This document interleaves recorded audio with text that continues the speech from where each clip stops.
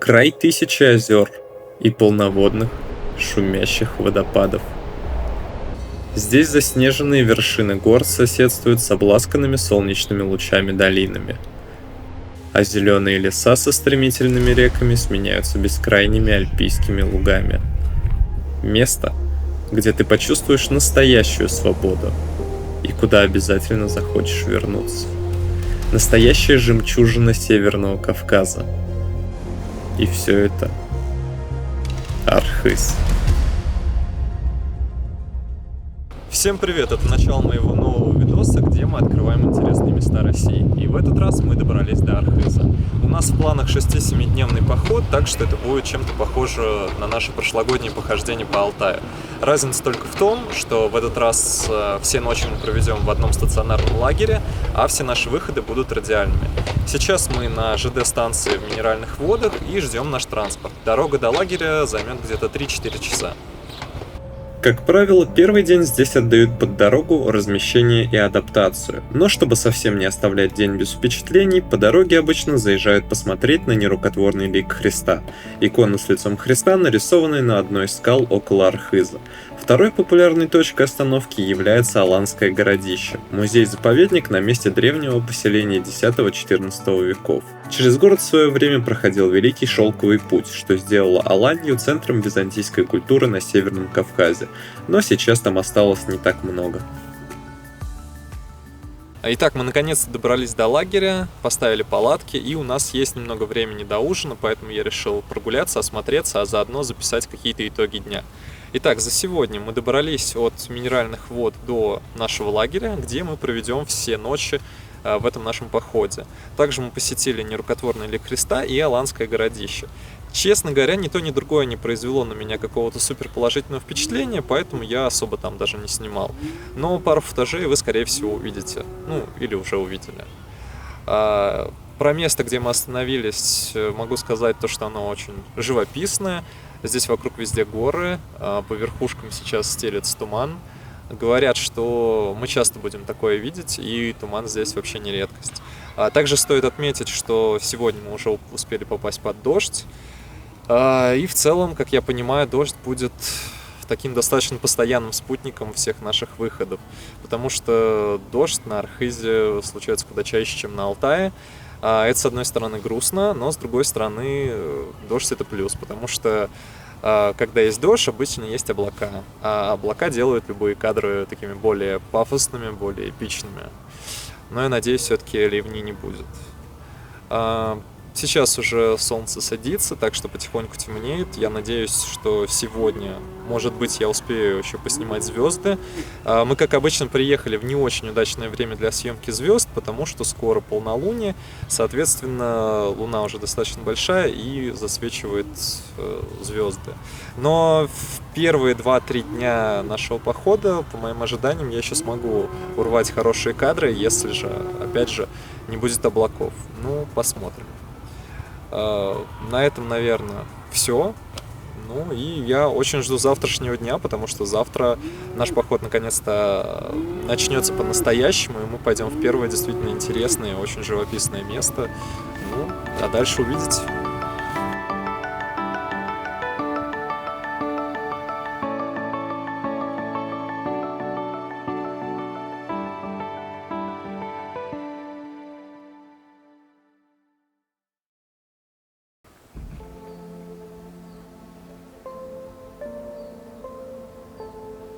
Так, ну сегодня первый день, наш первый выход. Сегодня мы идем на Софийские водопады. Вроде как это достаточно несложный выход, ну, посмотрим. Сейчас нас уже ждет транспорт, который нас туда добросит. Ну и, собственно, мы начнем. Вчера рассказ вышел такой немного скупой, но зато я не потратил хронометраж на относительно скучные моменты. Вот, надеюсь, дальше будет все более живо, ну и более интересно. Думаю, никого не удивлю, сказав, что большинство забросок на Архизе проводят с помощью УАЗиков и буханок. Куда уж без таких знаковых способов перемещения. Заброска на УАЗиках пободрее, так как там ветерок обдувает и обзор получше. Но в первый день нам не очень повезло. Заброска периодически прерывается на остановке в самых красивых местах, ведь пора бы уже начать наслаждаться окружающими красотами. Все-таки мы уже в том самом Архизе. Так, это был прекрасный таймскип нашей поездки на УАЗике по бездорожью, лучше, чем американские горки. Но сейчас мы добрались до Смотровой. Тут очень красиво. И даже если бы я приехал на Архиз только чтобы посмотреть на это, мне кажется, этого было бы достаточно. Но я надеюсь все-таки посмотреть еще что-нибудь. Забросили нас сегодня до ледниковой фермы, место, где заканчивается дорога для транспорта. Я, честно, долго пытался понять, почему это место так называется, но так и не пришел к какому-то выводу. Кто-то говорит, что здесь можно почувствовать холод от расположенного рядом ледника, но я ничего не ощутил. Никаких ледников и даже снега здесь нет, зато здесь есть всевозможные лавки и даже кафе. Место все-таки туристическое, в том числе потому, что отсюда начинаются многие маршруты Архиза, в числе которых и наш сегодняшний. Мы добрались до места и выдвинулись уже в поход. Сегодня, как я уже говорил, что-то типа разминочного маршрута. Хотя, может быть, он усложнится по ходу.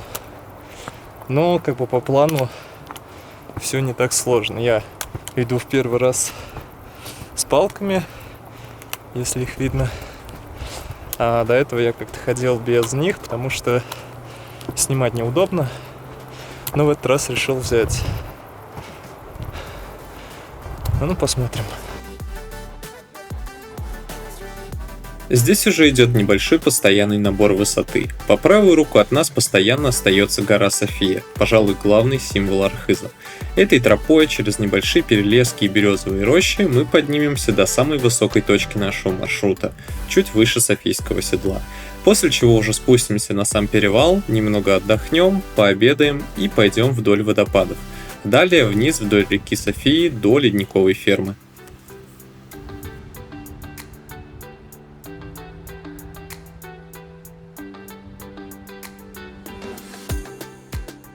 На Архизе на самом деле очень много ядовитых растений.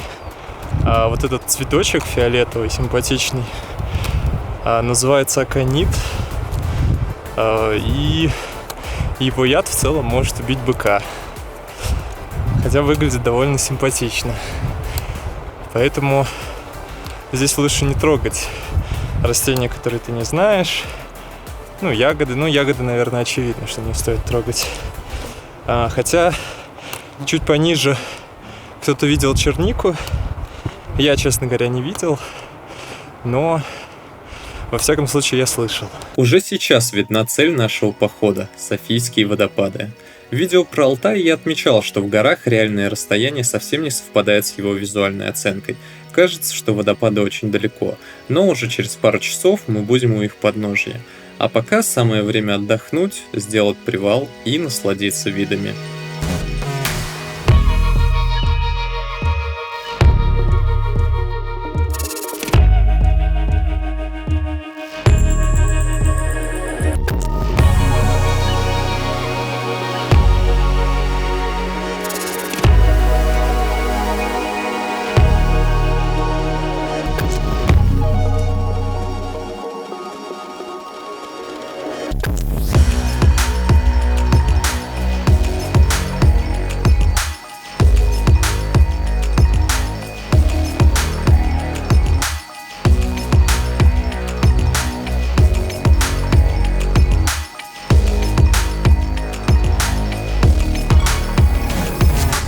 Сделали небольшой привал, перекусили. Но это еще был не обед, обед еще чуть впереди. Когда мы поднимемся повыше. Я успел немного поснимать. И сейчас снова выдвинулись в путь. Здесь наверху пасутся стада коз с пастушьими собаками. Довольно интересно. Да, раньше еще не отмечал. Пока поднимались, тут и там были кусты рододендрона.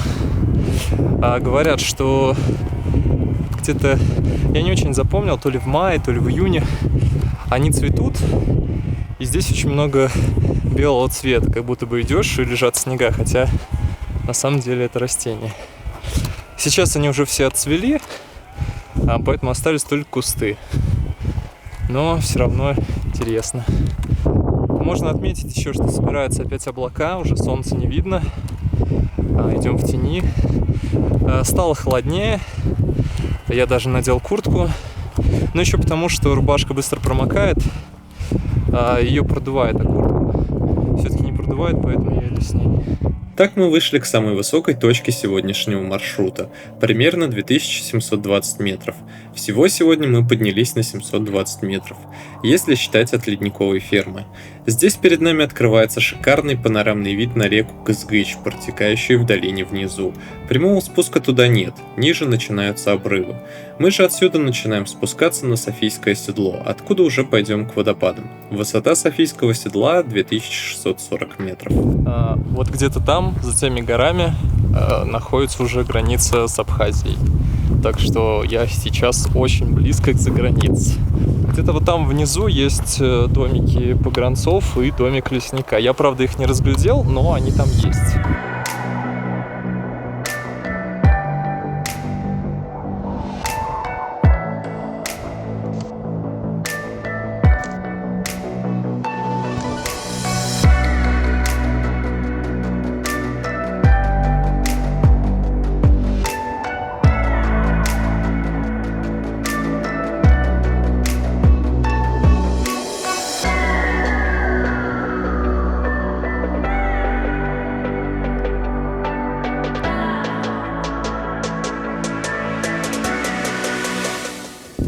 Будет ли меня отсюда слышно. Сейчас мы добрались до седла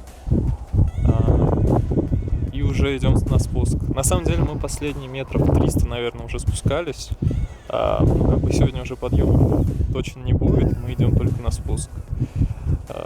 Так спускаться, конечно, сильно легче, чем подниматься.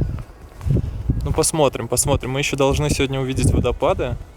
Там, возможно, придется переходить ручей вброд. У меня, правда, с собой нет толком шлепок, но посмотрим. На крайний случай у меня есть одно решение.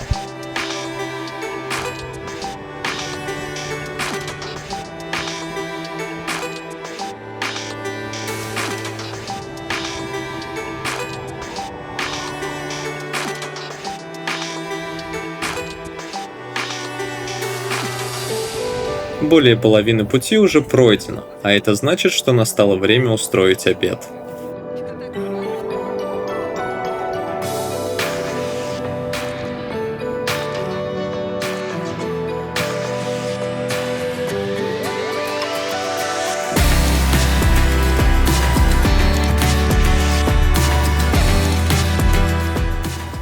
Остановились, поели.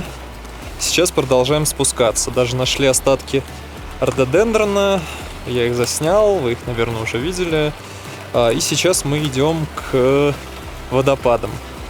Любопытно, даже встретили мишку. Он, правда, был очень далеко и на самом деле оказался достаточно маленький.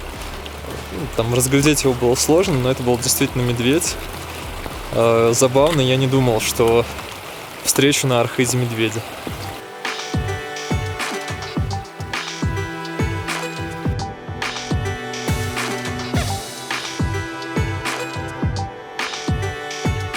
Пока мы идем к водопадам, можно немного про них рассказать. Водопады горы София, пожалуй, самые красивые и самые известные водопады Архиза. Большие и полноводные, наибольшую силу они набирают летом, когда тает Софийский ледник. Да-да, это тот самый ледник, чей холод в теории и дает название ледниковой ферме внизу. Вода, падая с высоты в 90 метров, дает начало реке София, вдоль которой мы будем спускаться в финале нашего маршрута сегодня. Итак, мы добрались до одного из водопадов. Всего, как я понимаю, их 9, но сейчас один пересох, так что будем считать, что их 8. Вот такой вот водопад. Да, он не очень полноводный, не очень пафосный, но все равно выглядит достаточно симпатично.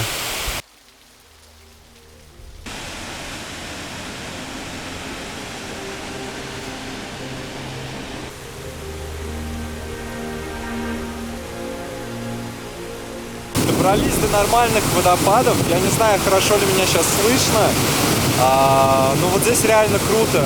То есть они очень высокие, от них летит много брызг. Когда сюда подходишь, прям понимаешь, как резко возрастает влажность. Ну и просто здесь очень круто. Это сложно описать словами, но водопады действительно впечатляют.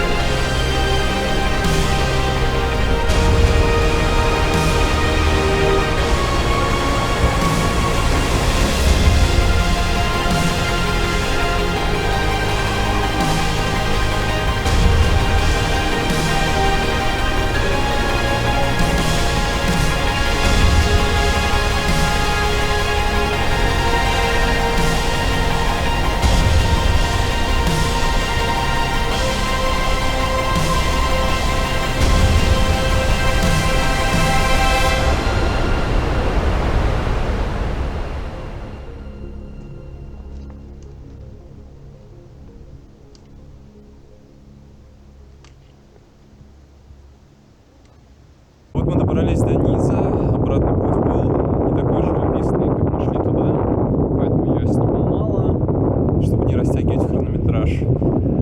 Сейчас мы ждем транспорт, который доставит нас обратно в лагерь, будем готовить ужин, ну и, собственно, готовиться к завтрашнему выходу. Тут внизу большая стоянка, очень много палаток, люди еще приезжают.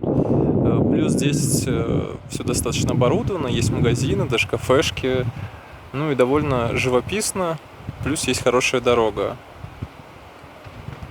Вот, поэтому людей много, соответственно, около последнего водопада было тоже достаточно много людей, но вот уже дальше, где мы переходили реку, да, кстати, реку мы все-таки переходили вброд, снять у меня это не получилось, потому что это было не то чтобы очень безопасно.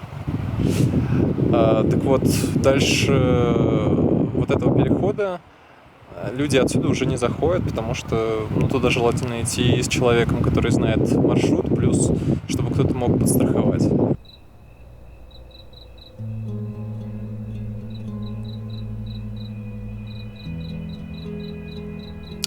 И вот магия монтажа, и мы уже в лагере. Нет, на самом деле мы возвращались не так долго, что уже опустился вечер. Просто сегодня мы были дежурными по кухне, и пока мы все приготовили, поужинали, уже опустилась ночь, и снимать на улице не вариант. Что сказать по сегодня? Сегодня был наш первый выход.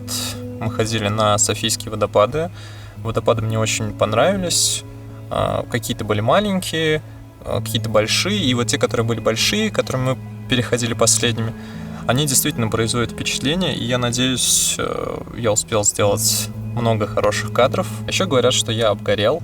Ну, не знаю, на самом деле, посмотрим завтра, хотя лицо у меня действительно было красное. Завтра мы идем на Софийские озера. Говорят, что это будет самый тяжелый наш выход, хотя в целом не сильно тяжелее, чем сегодняшний. Ну, также это должен быть самый красивый выход, поэтому я достаточно много от него жду. Поэтому сейчас надо подготовить батарейки, запаковать вещи и, наверное, уже собираться спать. Ну, можно немножко сказать о грустном. Самое грустное за сегодня было это заброска. Мы 40 минут в обе стороны тряслись в буханке. Если первые минут 10 это воспринимается как такая развлекуха, то оставшиеся минут 30 ты просто болтаешься по салону такой безвольной сосиской и ждешь, когда это уже закончится. Но завтра, скорее всего, это повторится, но как бы ничего не поделаешь. Вот, наверное, все. Увидимся завтра.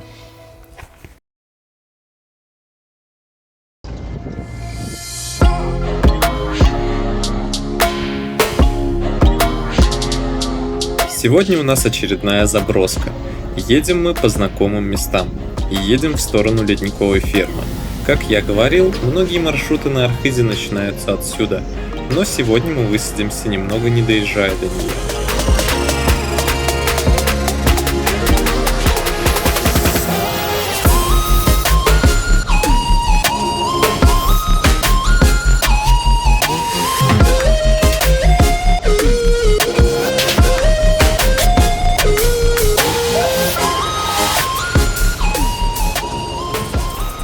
Итак, с утра я опять не успел ничего снять, потому что наше дежурство по кухне продолжалось, и пришлось готовить завтрак. Да, Мега Кулинар на связи. Сейчас нас забросили на начало маршрута на Софийские озера. Заброска сегодня была поприятнее, чем вчера, потому что мы сменили закрытую буханку на открытый УАЗик, поэтому по сторонам были хорошие виды, плюс ветерок, так что это было здорово.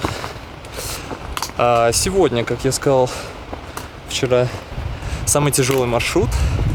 Выбрали его, потому что сегодня единственный хороший день по прогнозу.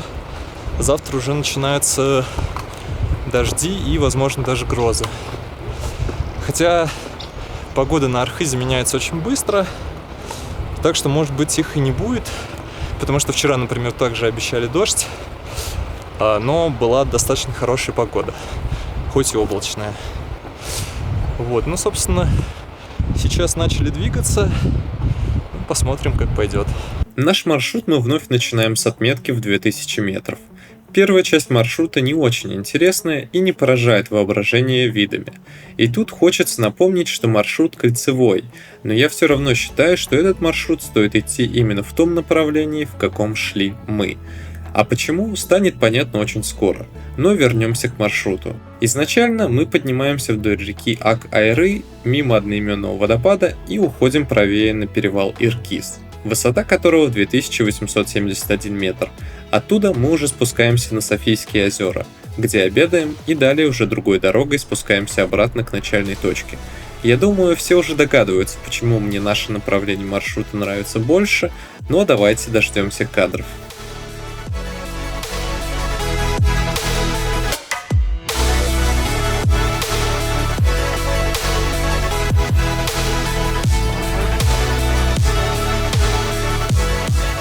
Сейчас на остановке заприметил одну вещь.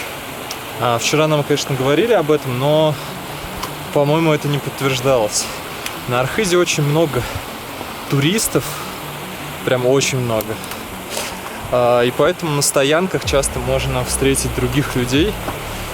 И для людей, которые едут сюда снимать видео или фото, это будет минусом, потому что, например, я не успел снять вот этот водопад, который вы видели на кадрах чуть раньше, так как мне хотелось, потому что там уже было много людей, были семьи с детьми и прочее. Плюс я посмотрел назад, там еще очень много людей поднималось.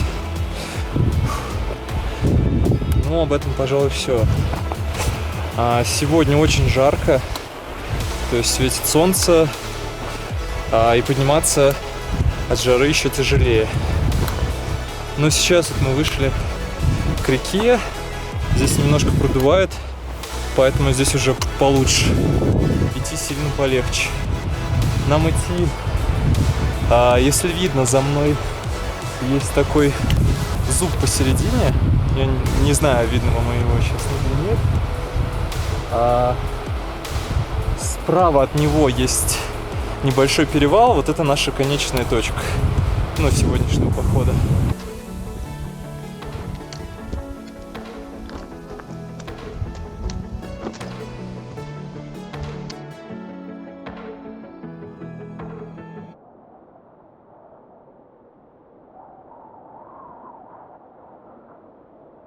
Вот примерно отсюда начинается самый крутой участок нашего подъема.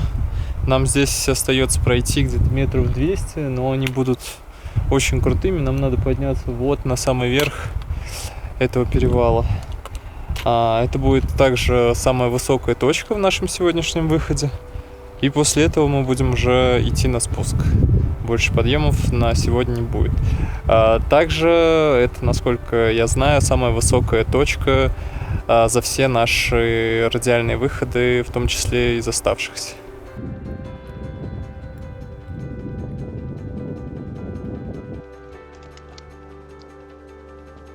И вот кульминация нашего сегодняшнего выхода. Представьте, вы заканчиваете самый трудный участок, и тут же вы получаете награду за все свои труды – шикарную панораму Софийских озер. Именно поэтому я рекомендовал это направление. Неожиданно появляющийся вид, когда вы этого особо не ждете.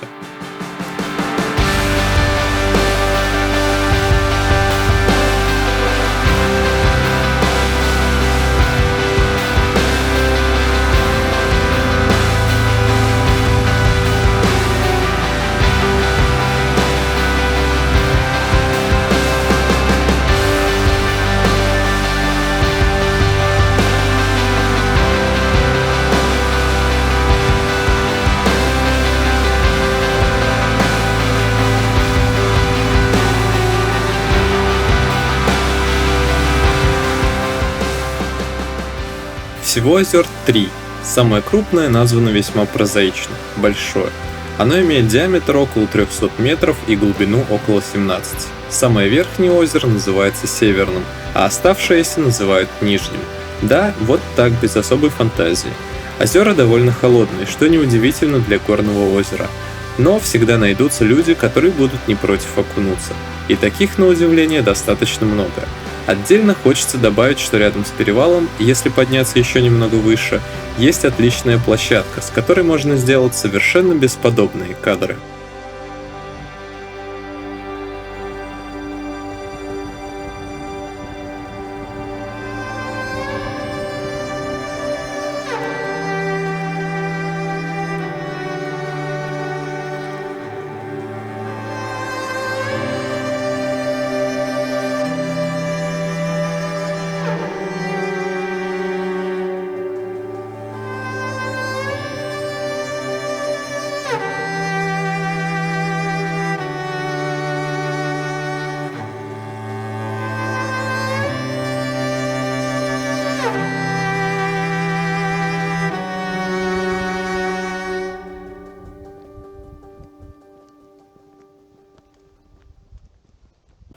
Пообедали около Софийского озера, одного из Софийских озер.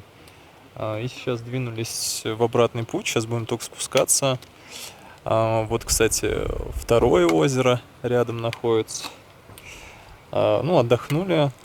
Подъем на перевал был довольно тяжелый, особенно в конце. Но на самом деле это очень круто, когда ты страдаешь, потом выходишь, и перед тобой открываются Софийские озера. Мне кажется, это достойная награда за все те усилия. Сейчас по дороге, может быть, мы встретим еще одно озеро, но насчет этого я уже не уверен. После обеда начинаем спускаться обратно.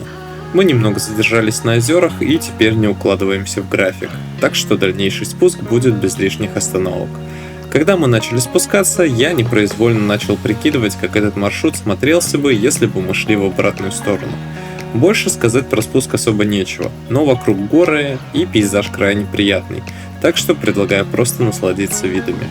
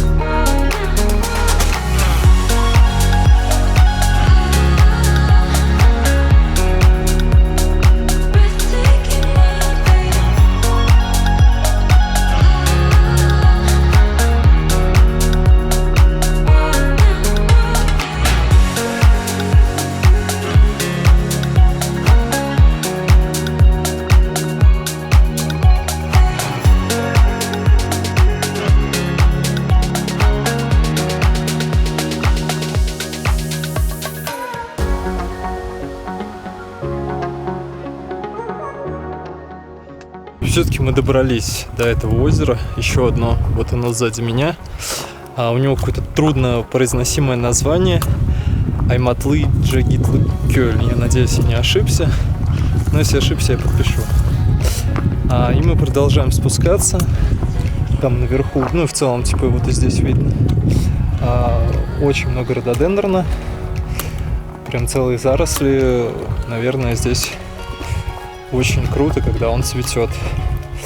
Я уточнил, цвести он должен в конце июня. Так что, если кто-то хочет снять красивое озеро на фоне белых цветов рододендрона, то добро пожаловать на Архыз. Озеро поставило красивую точку в нашем походе. Оставшийся спуск уже довольно скучный, и никаких красивых мест дальше не встречается. Глаз радует только периодически встречающиеся стада коров и лошади.